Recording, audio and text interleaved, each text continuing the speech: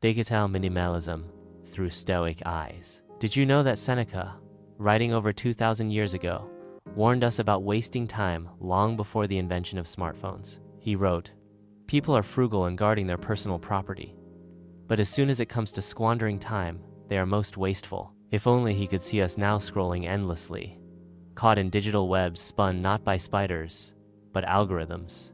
This is where digital minimalism meets Stoicism, two philosophies from vastly different ages, united by a single idea. A good life is a focused life.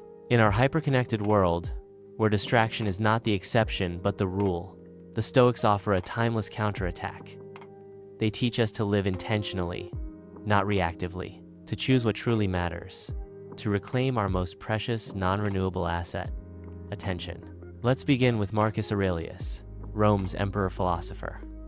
He ruled an empire, yet made time every morning to reflect. No endless feeds, no doom scrolling, just a quiet journal, and the discipline to ask, is this essential? That's the first lesson.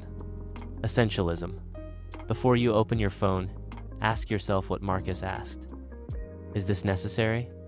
If not, don't do it. If it drains your soul without feeding your purpose, leave it. Now, let's consider Epictetus, born a slave, yet freer than most of us holding digital devices. He said, "Freedom is the only worthy goal in life. It is won by disregarding things that lie beyond our control." What lies beyond our control today? The likes, the shares, the trends, the noise. Digital minimalism isn't just about deleting apps, it's about liberation from needing them. Epictetus would tell us, don't be ruled by your phone, be ruled by your reason. You don't have to react to every ping, every buzz, every news flash. You can be still, you can choose. That is power.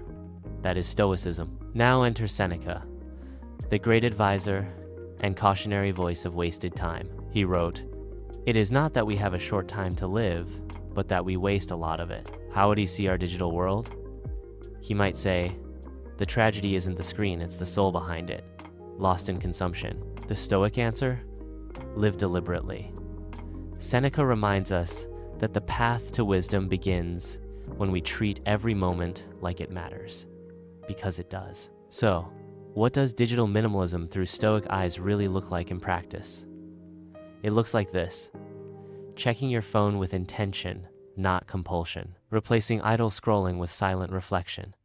Choosing a single meaningful conversation over 10 dopamine hits from strangers. Letting go of the need to be constantly updated, constantly seen, constantly stimulated. It means choosing virtue over vanity, presence over performance, depth over distraction. And no, this doesn't mean deleting everything or going off grid. The Stoics weren't against tools.